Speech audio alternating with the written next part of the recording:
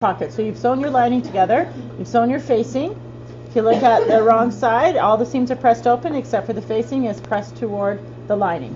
I have put a rectangle of fusible on the back where the pocket's going to be, lining up beyond the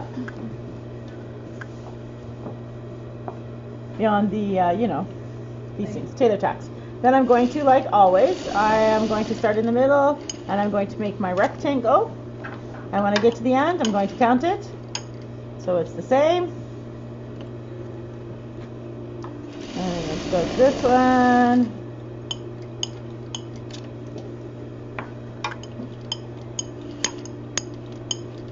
Oh, that ring makes such a nice noise. And then just come over and cross over.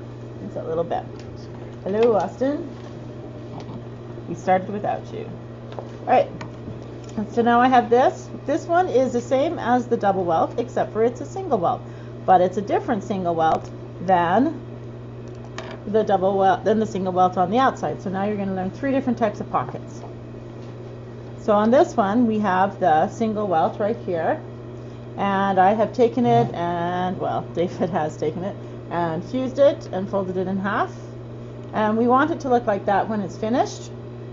So we're going to go and flip it like this, and you want to check your seam allowance to determine how much. So I folded it over so I know it's going to cover my space, and then I'm going to stitch it down. Oh, sorry, is that in the way? You were just jogging. Oh, thanks. Because it would have been a train wreck really soon.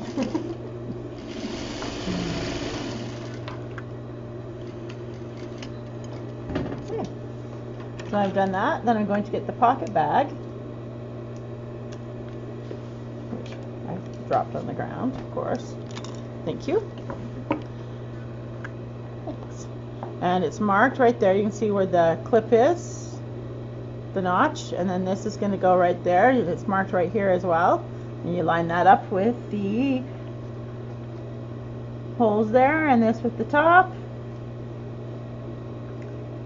And we hold it down and we do just like we did on the double welt pocket underneath.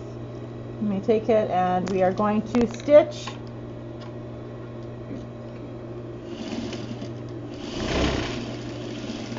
like that along this. And what's the trick you have to remember when you're doing this? Make sure, yeah, stay on the seam and make sure they are parallel, and also that they end exactly the same, right? And with this one, you also want to make sure you're not catching the top of your welt. I'm really hoping I didn't,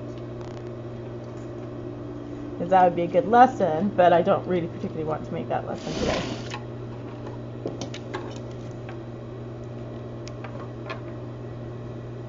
There we go. We're all good. Lovely, lovely. All right, then we're going to open it up. My super sharp scissors.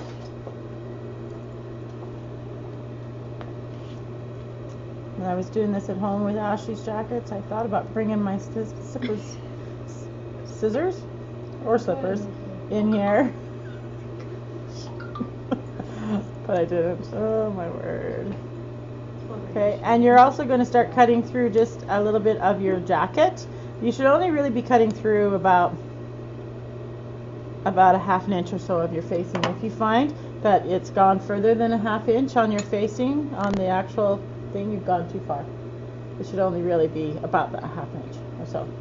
Then it's super simple. Then you just shove it in, and you just have the one welt, and you just shove that in that little space between the V's, just like we did with the doubles, but you only have to do it with one. Ta-da! Okay, do both sides, press it down, and stitch your little V, like always. Okay. Really straightforward and simple, and now you know how to make